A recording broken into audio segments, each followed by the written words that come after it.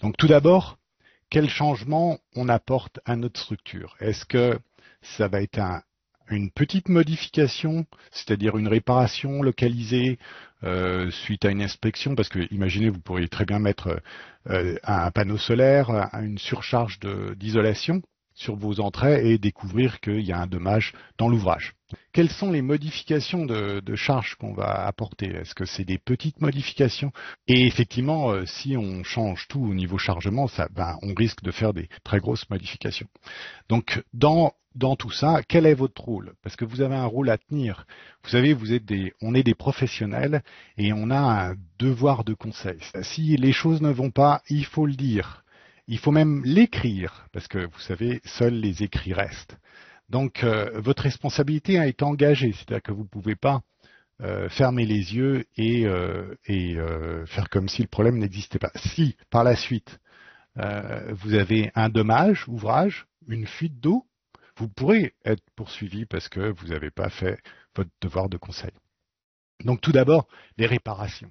Des percements de solives, de porteurs.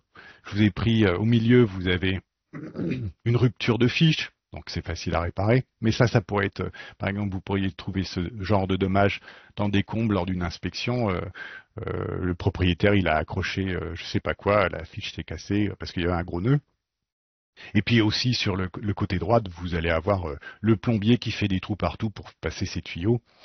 Ou même, là, j'ai mis la photo, mais vous imaginez bien que quand vous avez un dommage tel, là, il faut carrément changer la structure. Donc vous voyez que en fonction de la réparation, votre réponse sera pas la même. Et ça oblige absolument à faire une inspection de la charpente que vous allez renforcer. Donc après, quelles sont les charges qu'on va prendre pour notre calcul? Par exemple, dans le cas des panneaux solaires, les panneaux solaires, c'est pas forcément une charge très importante, hein. On parle d'une dizaine à une vingtaine de kilos par mètre carré. Mais n'empêche qu'il faut se poser la question du zonage. Est-ce que c'est toute la toiture? Est-ce que c'est partiel? Et puis du critère de flèche. C'est-à-dire, est-ce que je vais prendre, comme d'habitude, L sur 150 pour les arbalétriers avec les tuiles, ou je vais peut-être regarder un critère de flèche un peu plus draconien.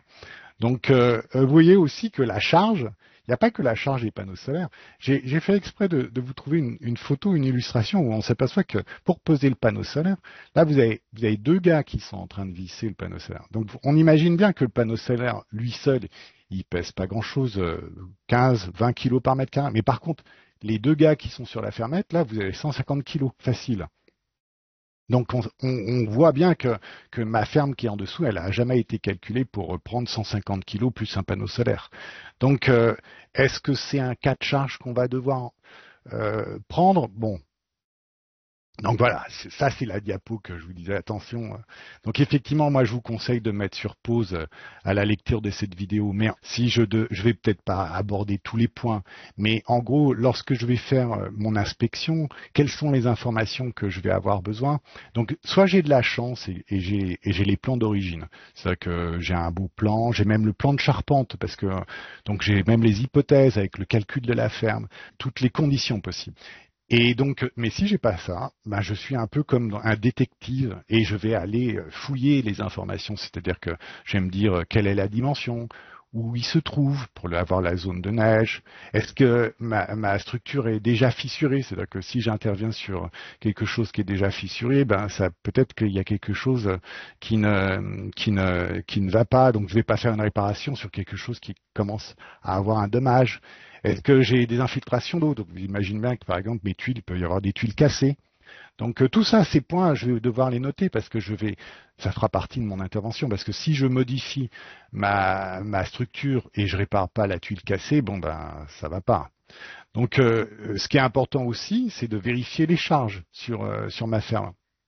Est-ce que les charges sur ma ferme sont celles qui ont été calculées. C'est-à-dire que sur ma note de calcul, peut-être que je vais voir qu'on a pris 45 kilos de tuiles, 15 kilos de plafond, mais quand je regarde dans les faits, lors de mon inspection, je vais m'apercevoir que en réalité, ils ont déjà ajouté un isolant supplémentaire. Et puis, c'est pas des grandes tuiles, c'est des petites tuiles et on est plutôt à 55 kg. Donc, lorsque je vais recalculer ça sur Pamir, je devrais cette fois-ci mettre les réelles charges. S'ils ont mis un ballon d'eau chaude, je devrais mettre la charge du ballon d'eau chaude, etc. Donc évidemment, pour pouvoir redessiner, imaginez que j'ai rien, je vais devoir redessiner ma ferme sur Pamir. Donc je vais devoir, si vous voulez, refaire un gabarit, c'est-à-dire que reprendre toutes les dimensions dans mon comble. Je vais aller donc récupérer l'entraque, les dimensions des arbats, et puis je vais essayer de me faire une idée. Est-ce que la qualité de ma charpente, on est plutôt sur quelque chose de très bon? Est-ce que c'est plutôt les bois sont plutôt moyens ou au contraire on a l'impression que ça a été fait par un. Donc évidemment, par exemple pour les connecteurs, je ne vais pas mesurer tous les connecteurs. Je vais certainement prendre une photo de chaque nœud pour pouvoir après le modéliser et le placer exactement dans Pamir comme il est situé dans mes combles. Une fois que j'ai donc les informations sur mon bâtiment, les charges et mon gabarit de ferme, je vais regarder le contreventement. C'est-à-dire que maintenant, est-ce que le contreventement a été bien posé? Et souvent, vous savez, les contreventements, c'est un peu là où ça pêche. Donc déjà, parce que si votre bâtiment a peut-être plus de 20 ans, à l'époque, c'était pas tout à fait les mêmes règles. Donc il peut y avoir des contreventements manquants. Donc moi, alors évidemment, ce que je vous conseille de faire, c'est si vous avez un doute, hein, vous savez, vous avez maintenant le guide de la charpente, où vous pouvez aller regarder. Donc, quand vous regardez le guide, par exemple, il y a 20 ans, on fixait les AFA de cette méthode. Donc, Johan a fait un web training sur le sujet qui vous a dit non, on fait plus ça. Hein. Maintenant, c'est plutôt ce type de fixation. Donc, ça fera partie de votre prestation. Parce que vous ne pouvez pas ajouter des panneaux sans mettre aux normes votre charpente existante. Et puis aussi, évidemment, il faudra regarder la présence d'équerre, parce que imaginez que vous faites votre réparation et qu'ils n'ont pas mis d'équerre et que 15 jours plus tard, la charpente, elle est balayée par une tempête, ça fait un peu désordre. Surtout que lorsqu'on ajoute des panneaux solaires, souvent on perturbe l'écoulement du vent et vous pouvez certainement avoir des phénomènes qui se produisent. Donc ça, la fixation est importante. Donc maintenant, établir un diagnostic, je vous conseille de travailler en 4 phases. Donc la première phase, c'est, vous avez compris, l'inspection de la charpente. Donc à l'issue de cette inspection, on va faire une modélisation dans Pamir, on va calculer nos structures et on va ajouter les chargements, on va rajouter les réparations. Donc une fois qu'on sait les réparations, évidemment, si c'est nous qui faisons de la réparation, ce sera peut-être plus facile de donner des consignes. Par contre, si on est juste bureau d'études, là, il faudra certainement faire des plans avec comment je répare, où sont les pointes, etc., etc. Et effectivement, comme je vous le disais, je répète, seuls les écrits restent. Si vous faites un renforcement d'une structure, il faut que vous écriviez un rapport de diagnostic. C'est-à-dire que vous devez, dans ce rapport, dire quel était l'état de votre structure à l'inspection, quelles étaient les choses qui n'allaient pas.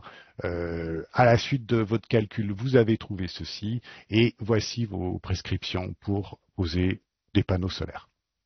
Donc vous voyez déjà, on n'est pas sur une prestation étude à zéro. J'ai prévu quelques petits exemples dans Pamir avec différents cas.